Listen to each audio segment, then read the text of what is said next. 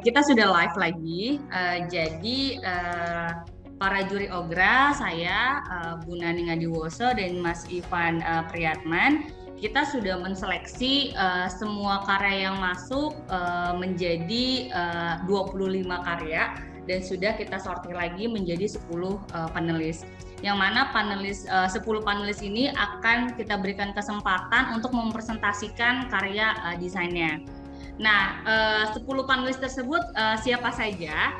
Jadi kita akan perlihatkan satu-satu karyanya dan juga nanti Mas Ivan akan memberikan sekilas deskripsi alasan kenapa karya-karya tersebut menjadi panelis untuk diberikan kesempatan presentasi.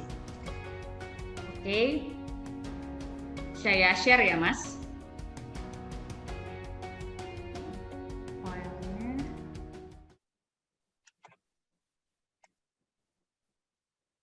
Apakah sudah terlihat? Ya, sudah. Oke, ini adalah karya yang pertama dari Mas Narsi M dengan nomor peserta 210426. Silakan Mas Ivan. Ya, saya rasa ini proyek yang cukup intriguing, cukup menarik. Sebelum saya mulai untuk mendistribusikan ini ya, kalau kita lihat dari secara kolektif semua proyek yang kami terima, semua submission yang kami terima, kualitas dari submission ini secara kolektif sangat baik gitu. Jadi kami cukup lama untuk mempertimbangkan memilih 10 dari 130 sekian karya yang masuk. Kami cukup diberi kesusahan gitu ya. Iya. dalam memilih gitu. Jadi ini karya-karya yang kami akhirnya pilih 10 besarnya. Project yang ini saya lihat ini adalah renovasi dari sebuah bangunan ya. Saya nggak tahu sebuah bangunan ruko atau apa. Cuman saya kira ini menarik gitu di mana bangunan yang sebelumnya sangat monoton gitu, tapi diberikan suatu kehidupan yang baru gitu dengan menciptakan courtyard atau taman di tengah. Selain itu juga ada pendalaman dari segi teknis juga masih kelihatan pendalamannya. Saya rasa proyek ini bisa diberikan kesempatan untuk mempresentasikan untuk dipresentasikan dari arsiteknya. Gitu. Oke, boleh kita lanjut ke next-nya? Ya. Oke, karya kedua yang kami pilih adalah karya dari Mas Raidi Dermawan Putra dengan nomor peserta 210481. Ya, ini saya rasa juga visi yang menarik untuk ruko ya. Bangunan ruko itu sudah menjadi seperti bread and butter gitu ya, menjadi seperti makanan sehari-hari kita yang hidup di Indonesia gitu. Nah, bagaimana, dan saya rasa ruko ini masih akan tetap ada di masa-masa yang akan datang. Jadi diperlukan suatu ide-ide yang fresh gitu, bagaimana mendesain ruko sehingga tipologi ruko itu bukan menjadi sesuatu yang buruk, tapi menjadi sesuatu yang bisa menambah nilai sustainability maupun nilai kenyamanan dari kota maupun dari penghuni di dalam ruko. Oke, karya ketiga adalah dari Theo Santo Bayu Aji dengan nomor peserta 210613. Ya, saya rasa co-living sama co-working space itu sudah mulai menjadi tren dan kemungkinan bisa menjadi tren yang lebih meningkat gitu di masa yang akan datang. Dan saya kira ini memberikan suatu tipologi yang cukup unik, cukup baik untuk kegiatan co-living maupun co-working. Dan ada pengolahan program yang cukup baik, ada private, semi public, kemudian ada yang public. Dan saya rasa ini juga bisa diberikan kesempatan untuk arsiteknya untuk mempresentasikan proyek ini. Oke, karya selanjutnya adalah karya dari Irfan Diansyah dengan nomor peserta 210640. Ya, saya suka bluntness-nya. Bluntness itu apa ya? Terus terangnya dari arsitek yang bikin project ini. Saya suka keterus terangannya dalam apa ya? Dalam menerjemahkan kota itu sebagai sesuatu yang mesin gitu ya, sesuatu yang mesin. Meskipun itu pasti nanti ada pro kontra, apakah kota itu mesin atau bukan, itu pasti ada pro kontra. Tapi saya suka di sini keseriusannya dalam mengambil suatu posisi gitu. Kalau kota itu mesin, bangunan itu mesin juga, dan bagaimana kita bisa membuat mesin yang sangat-sangat high performance. Tentunya mesin itu pasti ada tujuannya, dan di sini tujuannya adalah untuk memberikan suatu hunian atau suatu tempat di mana humans atau manusia itu dapat hidup atau bekerja atau beraktivitas gitu. Jadi saya lihat cukup keseriusannya melihat bangunan itu sebagai suatu mesin yang harus berproduksi dengan baik. Berproduksi di sini untuk berproduksi sustainability gitu ya. Oke. Karya selanjutnya adalah karya dari Antonius Seta Pramudia dengan nomor peserta 210734. Ya di sini mengambil suatu tema pemakaian atap-atap dari apartemen gitu ya. Apartemen ini banyak gitu ya, banyak dan akan meningkat gitu. Jadi jumlah apartemen di perkotaan itu semakin meningkat, dan saya rasa problem yang diutarakan dari project ini adalah bagaimana kita mengutilize atap-atap apartemen yang sebelumnya underutilized. Jadi saya rasa ini cukup proposisi yang cukup menarik dan cukup replicable gitu. Replicable itu artinya bisa diulang di manapun apartemen itu berada. Oke. Karya selanjutnya adalah karya dari Atski Muhammad dengan nomor peserta 210757. Ya, ini salah satu project yang mengambil adaptive reuse, bukan adaptive reuse, tapi urban intervention gitu. Jadi intervensi urban di mana bangunan ini sudah berdiri dan sudah berfungsi sebagaimana didesain awalnya, ada parkir, ada kantor, dan di sini arsitek mengintervensi bangunan ini dengan memasukkan sirkulasi yang dikelilingi ya, sirkulasi yang dikelilingi maupun sirkulasi yang mengambil tema taman-taman luar gitu ya. Jadi saya lihat di gambar yang pertama, di rendering yang pertama, saya lihat bagaimana sirkulasi yang sentral itu, yang dari lantai bawah sampai ke lantai atas itu bisa menghadirkan, bisa seperti pohon-pohonnya, seperti green space-nya itu tumbuh dari central spine itu. Jadi saya rasa ada menariknya di sini. Oke. Selanjutnya adalah dari atas nama Alfian Reza Almazid dengan nomor peserta 210808. Iya, di sini saya tertarik dengan integrasinya ya antara apa photovoltaic panel, kemudian dengan rainwater harvesting juga, dan dengan dengan urban farming.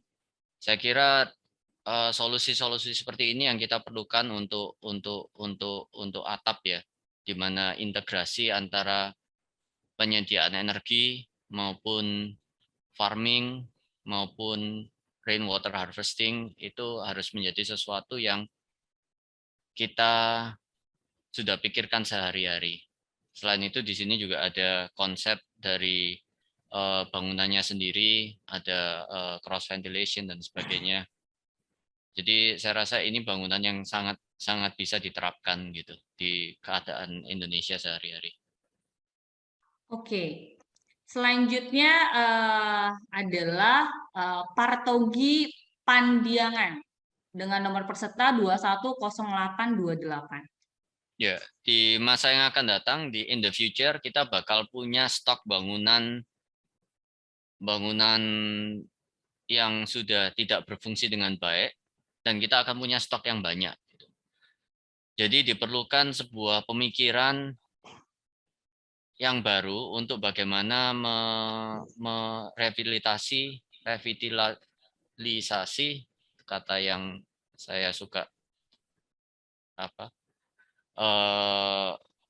revitalisasi bangunan yang sudah ada ini menjadi bangunan-bangunan dengan fungsi yang mungkin baru atau bisa juga dengan fungsi existing tapi diberi suatu kehidupan, diberi suatu nafas yang baru.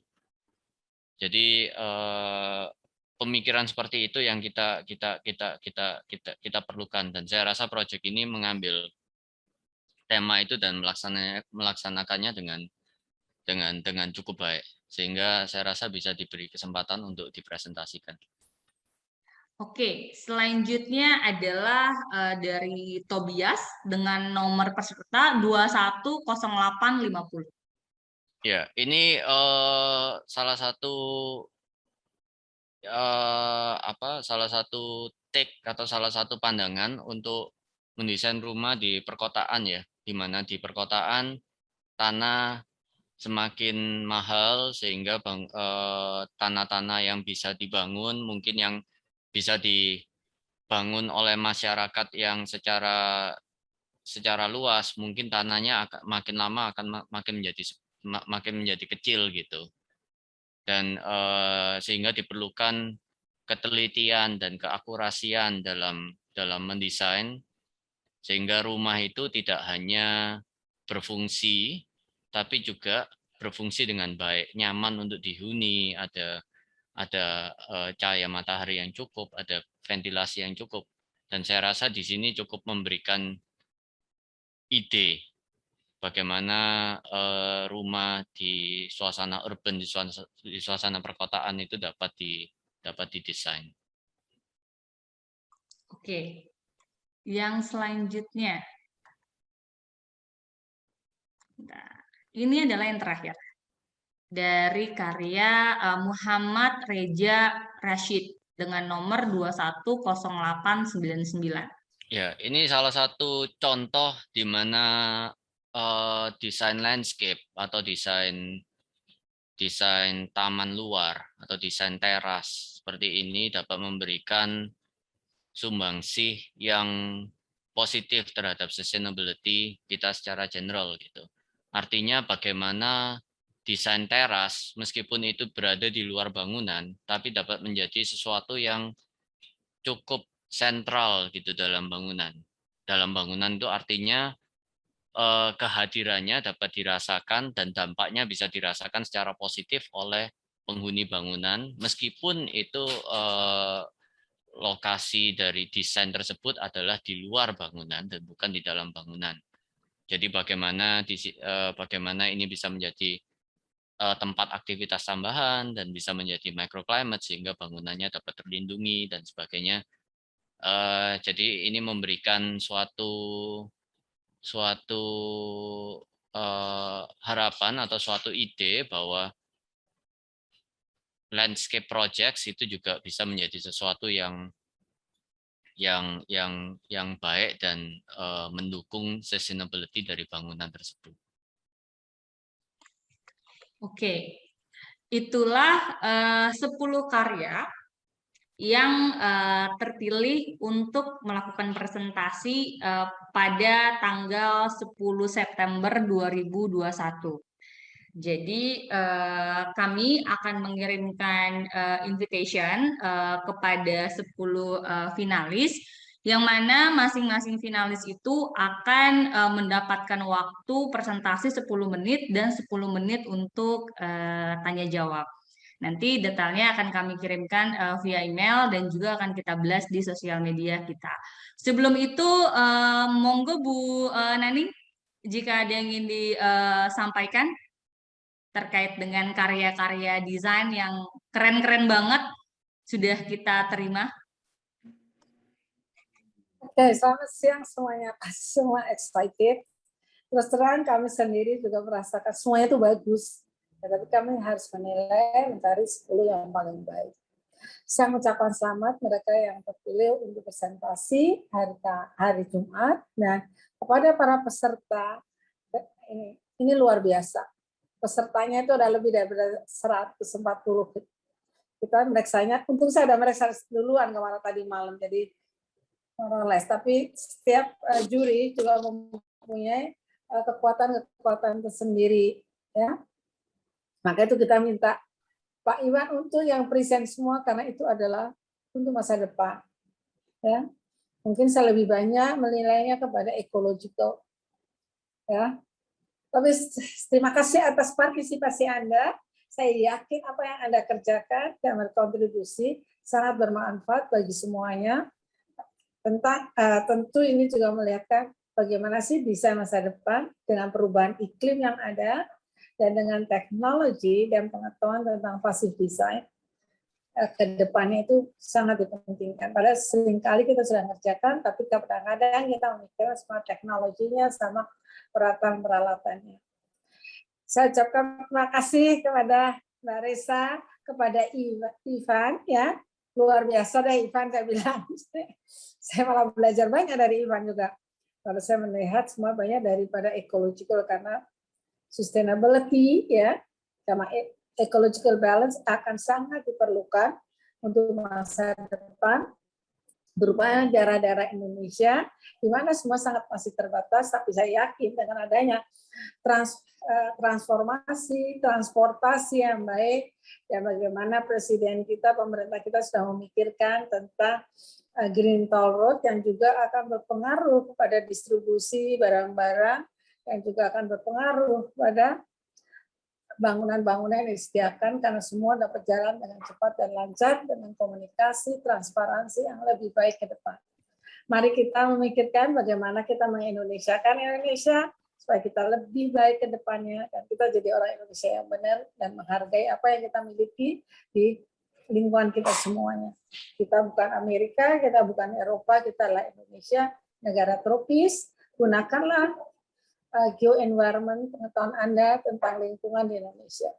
Saya mengucapkan terima kasih kepada semua peserta dan juga kepada Mbak Resa dan Mas Iwan yang luar biasa. Terima kasih. Ya, selamat kita maju bersama-sama untuk Indonesia kita yang tercinta. Terima kasih. Thank you Ibu Naning, thank you Mas Ivan. Jadi buat semua peserta sekali lagi nanti kita akan melanjutkan sesi presentasi dari masing-masing 10 finalis itu di tanggal 10. Kita akan start di jam 9 pagi. Jadi nanti kita akan live untuk di YouTube juga sama seperti sekarang, dan nanti kita akan coba untuk live juga di Instagram terkait dengan penjurian. Nanti di sesi penjurian itu kita nanti akan menentukan pemenang untuk 5 orang pemenang. Gitu, untuk 5 orang pemenang di OGRA 2021. Oke, mungkin sekian buat hari ini. Terima kasih banyak Ibu Naning, terima kasih buat Mas Ivan. Kita molornya cukup panjang karena berdiskusi terkait dengan penjurian tadi lumayan panjang, bolak-balik filenya dibuka gitu kan, tapi akhirnya sudah dapat untuk 10 orang finalis yang akan mempresentasikan karyanya di hari Jumat. Oke, terima kasih. Sehat selalu buat Bu Naning, Mas Ivan, dan juga sukses selalu. Selamat siang semuanya. Selamat siang. Oke, thank you. Sampai ketemu lagi di hari Jumat. You're great. Oke, thank you Ibu. Oke, bye.